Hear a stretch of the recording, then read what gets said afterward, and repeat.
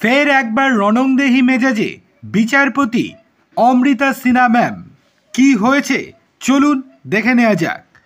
ফের এক মা ছেলের মামলায় হাইকোর্টে অভিযোগ, বাড়ি নিজের নামে করে ৬২ বছর বয়সী বিধবা বৃদ্ধা মায়ের ওপর অকথ্য অত্যাচার শুরু করে ছোট ছেলে। মারধর থেকে শুরু করে বৃদ্ধাকে ঘর ছাড়া করার অভিযোগ পর্যন্ত ওঠে ছেলের বিরুদ্ধে। শেষমেশ দেওয়ালে পিঠ ঠেকে যাওয়ায় বিচার চেয়ে হাইকোর্টের দ্বারস্থ হন বৃদ্ধা। রণংদেহী মেজাজ তারপরেই বিচারপতি অমৃতা সিনহা ম্যামের। বুধবার এই সংক্রান্ত মামলা ওঠে হাইকোর্টের বিচারপতি অমৃতা সিনহার এজলাসে। সেই মামলাতেই পুলিশকে বিচারপতির নির্দেশ, পুলিশি তত্ত্বাবধানে অবিলম্বে ওই বৃদ্ধাকে বাড়িতে ফেরত দিয়ে আসতে হবে।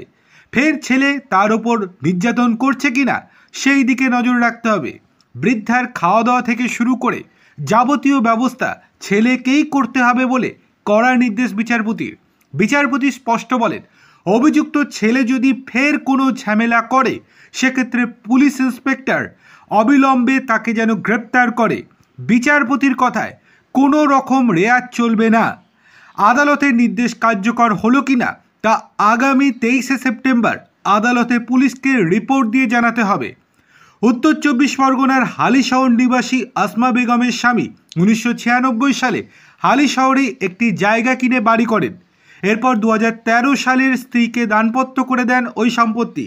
2014 সালে মা ওই সম্পত্তি নিজের ছোট ছেলের নামে লিখে দেন।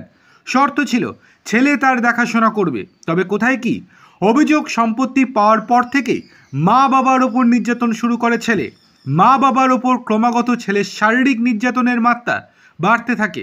খাবারটুকু ঠিকমতো না দেওয়ার অভিযোগ ওঠে, এমনকি বাড়ি থেকে বের করে দেওয়ারও চেষ্টা করা হয়। বৃদ্ধ দম্পতি দিনের পর দিন মুখ বন্ধ করে এই নির্যাতন সহ্য করে আসছিলেন, কিন্তু কিছুদিন আগে তার স্বামী মারা যান।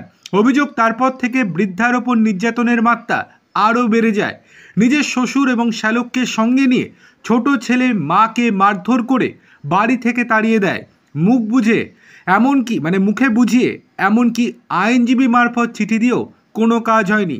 এরপর ওই বৃদ্ধা সম্প্রতি নৈহাটি থানায় লিখিত অভিযোগ দায়ের করেন পাশের বাড়ির একজন ভদ্রলোকের সাহায্যে।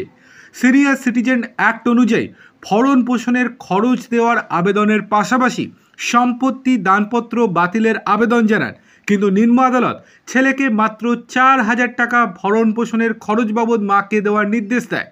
সম্পত্তি দানপত্র বাতিলের আবেদন বিবেচনা করেনি নিম্ন আদালত। এরপর তিনি হাইকোর্টের দ্বারস্থ হন। বিচারপতির প্রশ্ন, বৃদ্ধার ছেলের কোনো সন্তান আছে কি নেই? আইনজীবী জানান 10 ও 12 বছরের 2 ছেলে রয়েছে। ক্ষোভ প্রকাশ করে বিচারপতি বলেন, তার মানে এখনও নাবালক।